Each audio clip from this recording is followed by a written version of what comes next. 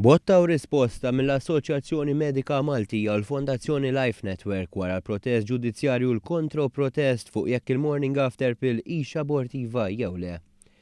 Il-Fondazzjoni komplet toħodha qatta bla ħabel kontra dritt li l-morning after pill tinbih mill-ispiżeriji u ġabet ġinekologu li huwa professur fl-Università ta' Padova.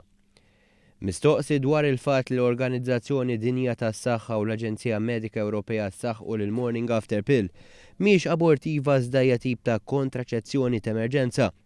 Il-professur Bruno Mozanega xorta waħda insista li fil-morning after pill teżisti sustanza li hija abortiva.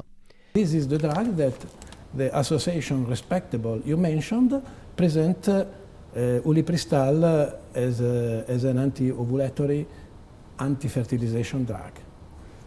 It's three lines in this paper are enough to deny the truth of this and the ability to say the truth. So do you think they did a wrong analysis of No, the EMA write this. Yes. But for instance, the WHO, the words are going. The WHO goes with the EMA and support the same position. The EMA says this, but then presents the drug as an anti-ovulatory when it is also able to give abortion. Saħansitra l-professur Taljan sostna li dawk favur il-morning after pill qed jaqarqu b'kulħadd meta jgħidu li l-pillola mhix abortiva. And mainly population is deceived. The girls are deceived.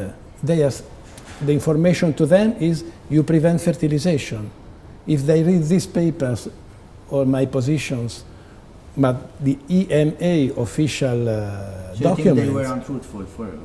they are deceived because Mozanega għamel dawn id-dikjarazzjonijiet fl-istess jum l-Awtorità tal-Mediċini rresqet kontro protest il-qorti li fih argumentat li l-kontraċezzjoni ta' emerġenza ma tagħtix lok għal-abort.